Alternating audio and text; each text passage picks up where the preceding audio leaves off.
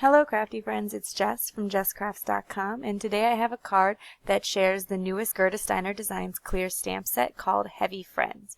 And this stamp set features some adorable critters. There is a whale, a rhino, and a elephant. And the elephant is definitely my personal favorite, although I really enjoy the other images as well.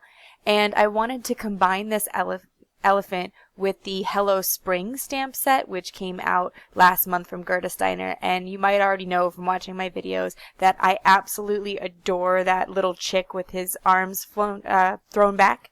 And so I thought it would be really cute to have the elephant kind of splashing him into the air, because there's that jet stream from the elephant so that he can be squirting some water into the air, and you could use it on the whale as well. But I thought, oh, it would be fun to see him squirting something into the air, and the chick was just about the right size. So you see that I tested it out ahead of time to make sure that it would work, but I'm going to show you what I did here. I start by stamping the elephant, and I'm using my favorite things, Black Licorice Hybrid ink, because I will be doing some Copic coloring with this. And in order to get the chick to look like he is on the jet stream, I need it to be the chick to be masked off so that the chick is on top of the water. I already have a mask from some previous cards that I had done with the chick, and so I'm just going to use that. But if you don't have a mask, always just use Ink-a-Dink-a-Doo stamping mask paper, Post-it notes, anything like that. I just like the Ink-a-Dink-a-Doo because once I create a mask, it's good for a few times, even if I put distress ink on it and stuff like that. So you see there that my mask is all purple because I used it to mask off when I did some distress ink, but it's still perfectly good for this technique. So I'm going to lay that mask on there. I decided where I should place the chick by layering the water and the chick both on clear box on top of each other, and I could kind of see, because they were clear, where I would place the chick. And so it makes it a little bit faster than using like your stamp positioner or something like that you'd have to use if you were doing rubber stamps. So one of the definite advantages of Gerda now offering these clear stamps is some of these techniques are just a little bit easier to do. So you see here that I'm going to stamp that down. My goal is for the water stream to line up with the elephant's trunk, but also make sense for the chick, because I don't want the chick's feet to kind of be like sticking off it or anything, or for any part of it to get sort of awkwardly cut off. So once I have that stamped down, then I'm ready to begin my coloring.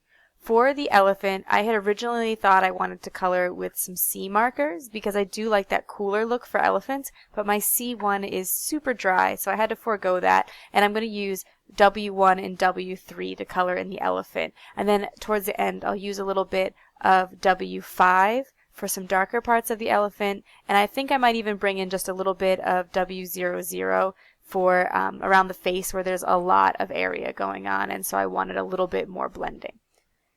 To color the elephant, I am using the shadows at the feet and also at the edges of the face, just trying to give it a look of being a little bit rounded. Generally, you know that I add shadows where two lines meet, because I want there to appear like the light is being blocked by the thing that's in front of it. So like the trunk should cast a little bit of shadow onto the face, or the front legs cast a little bit of shadow onto the back legs, etc. So, whenever you see the two lines meet, that's always like the easy cheat way to add shadows. But, there's definitely a lot more you can learn about Copic coloring than that. And so I have laid down a base color of my lightest and then blended it all out. I laid down the base color, then put the shadows in and blended it all out. For the pads of his feet, I wanted them to be a little bit darker so they'd stand out, and so that's where I brought in that W5.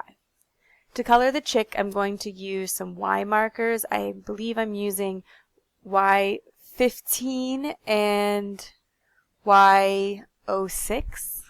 You can kind of see, Y04, sorry. And so I find the yellows to be really kind of tricky to figure out the blends with, even when I have two markers that are close in color. So I always just experiment with them on a piece of scrap paper before I give it a go.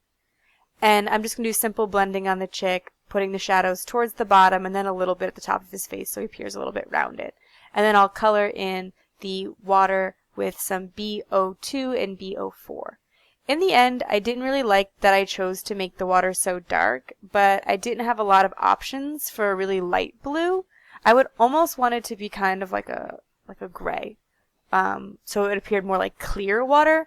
And maybe some glossy accents would have looked nice too, but I didn't actually add it on this card, just to give it a little bit more of effect of water. I thought the glossy accents, though, might make the chick less prominent and the water stand out. I want to put a little bit of grass and sky around the elephant, so I'm taking a piece of scrap paper and coloring it in with some Mowed Lawn Distress ink and my distress tool. And I'm just going to lay down some color, then I'm going to cut it with the same stitched journaling card that I cut the original panel with. So it's cut with the Lawn Fawn stitched journaling card, which has the little rounded edges, which is a great detail. And I'm going to then cut that green piece of paper with the journaling card and the grassy border die from Lawn Fawn, so it'll keep that stitched detail all along the edge. I also wanted to add a touch of sky, so I'm taking some tumbled glass and just blending a little bit around the chick and the elephant. I'm not super worried about getting it right to the edge of them, so that's why I'm not masking them off. I kind of actually like that little bit of a halo look, but also with this light blue, it looks more like it's fading into white and less like a white halo, in my opinion. So that's why tumbled glass is my particular favorite for adding a sky around an image like this. So I put some adhesive on the back of that grassy border before I even ran it through the die cut, so that way it would hold down those little tiny details well, although some liquid adhesive would look great. If you wanted some dimension, you could do some pop dots there just to give it a little bit more something. I decided to go with some Lawn Fawn papers because I wanted something really bright and happy in spring, and this, I believe it's called the Oh Happy Day collection from Lawn Fawn. It was released last year, and I like, or so Hello Sunshine I think it might be. And they have those two sentiments in there. This paper in particular, this yellow one that I'm using, actually says Hello Sunshine all over it. And I decided, you see I experimented with some colors there. I decided to go with the yellow because it would bring in the color from the chick and it would provide enough of a contrast with the blue because blue and yellow are opposite on the color wheel. I also really considered that yellow sunburst paper there, but I really like it and wasn't sure that I wanted to use it yet. After I got that yellow paper down, I thought I needed just something a little bit more to add, and so I'm trying first with my scraps. Before I cut into a new piece of paper, I like to see if any of the scraps I have on hand will work when I just want a small bit of paper. And I had the scraps of gray, which I thought was perfect because it would tie in with the elephant. So I'm cutting that to 1 3/4 inch, and the yellow panel is 4 by 5 1/4, which is kind of a standard size for a card base. And so then I'll layer it as a stripe along the left side and then offset the journaling card a little bit. But then again, I thought it left just a touch of room up there in the top left that was a little bit bare. And so I decided to go with some twine. And I was happy to do this because sometimes I'll get into a card and I'll use no pattern paper and no ribbon and no twine. And I, like many of you, have a large stash of fibers and pattern paper that I really need to use. So sometimes I'm like, almost forcing myself to okay, can you incorporate some twine onto this card, or can you put a little bit of ribbon onto it? And so I'm going to wrap the twine around. I usually use about 3 times the length of whatever it is I'm wrapping it around in order to have enough room to tie a bow.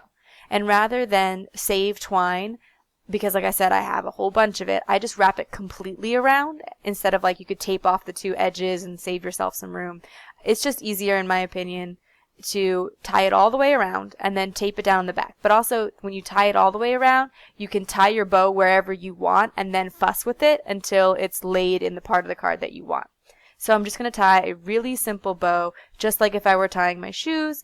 And I'm not even going to, sometimes I like to double knot it because I don't want the bow to come undone as it gets, shipped through the mail and stuff.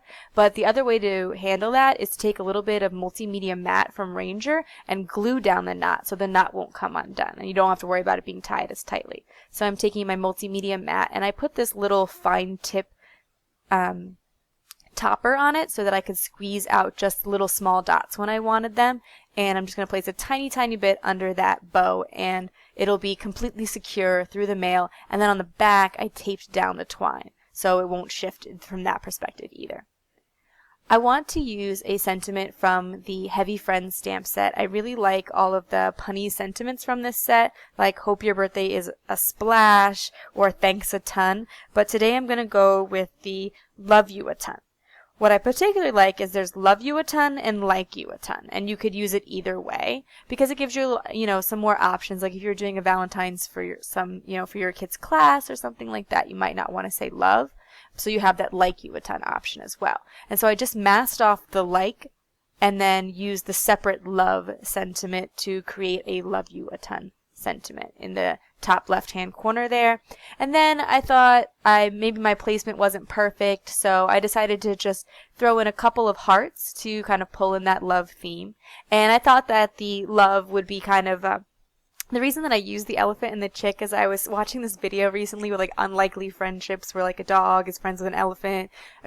Yeah, and then so, in this case, it's like the chick and the elephant are unlikely friends who love each other. And then I just added a little bit of pink marker into those hearts. And so that's it for my card today. If you like this video, please give it a thumbs up.